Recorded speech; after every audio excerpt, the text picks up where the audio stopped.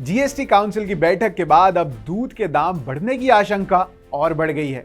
मैं हूं प्रशांत कपूर और आप देख रहे हैं मनी 9 झटपट। आटा, दाल और चावल की महंगाई से परेशान आम जनता पर अब महंगे दूध की मार पड़ सकती है। दरअसल जीएसटी काउंसिल ने हाल ही में दही, लस्सी और छाछ जैसे पैकेट प्रोडक्ट्स और ब्रांडेड प्रोडक्ट्स को टैक्स के दायरे में लाने का फैसला किया है। मौजूदा समय में इन प्रोडक्ट्स पर जीएसटी नहीं लगता है। काउंसिल के इस फैसले का असर अतिरिक्त लागत के रूप में डेयरी कंपनियों पर पड़ेगा और इसकी भरपाई के लिए डेयरी कंपनियां दूध के साथ साथ अन्य डेयरी उत्पादों के दाम भी बढ़ा सकती हैं। वित्त मंत्री निर्मला सीतारमण की अध्यक्षता में जीएसटी काउंसिल की 47वीं बैठक में खाने पीने की कई चीजों पर जीएसटी छूट हटाने का फैसला लिया गया। इस बैठक में काउंसिल ने कहा, अभी तक खाने पीने की कुछ वैसी खास चीजों जैसे अनाजों आदि को जीएसटी के दायरे से बाहर रखा गया था जो ब्रांडेड नहीं थे।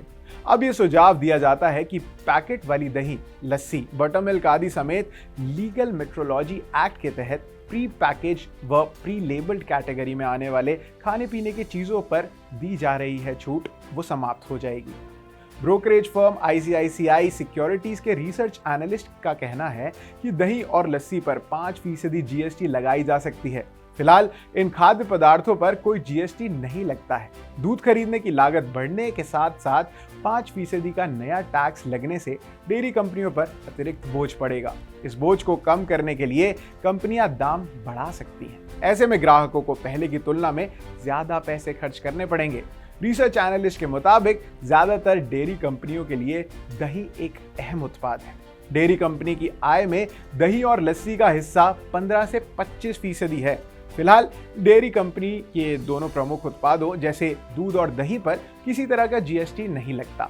विश्लेषकों का मानना है कि दही पर 5% जीएसटी लग सकता है, पर इसका कुछ हिस्सा कंपनियां इनपुट टैक्स क्रेडिट जैसे पैकेजिंग मटेरियल, कुछ कच्चे माल, विज्ञापन खर्च, ट्रांसपोर्टेशन और माल भाड़े की लागत जैसी चीजों में क्लेम कर लेंगी। तो ओवरऑल दाम 2 से 3% ही बढ़ेंगे। ब्रोकरेज फर्म का मानना है कि इस फैसले से डेयरी कंपनियों पर कोई खास असर नहीं पड़ेगा। इस फैसले का सीधा असर खरीदारों पर होगा।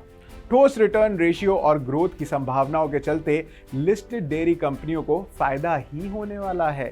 फर्म ने हेरिटेज और डोडला के लिए बाय रेटिंग को बरकरार रखा है, जबकि हैटसन एग्रो प्रोडक्ट और पराग मिल्क फूड्स को होल्ड रेटिंग दी है।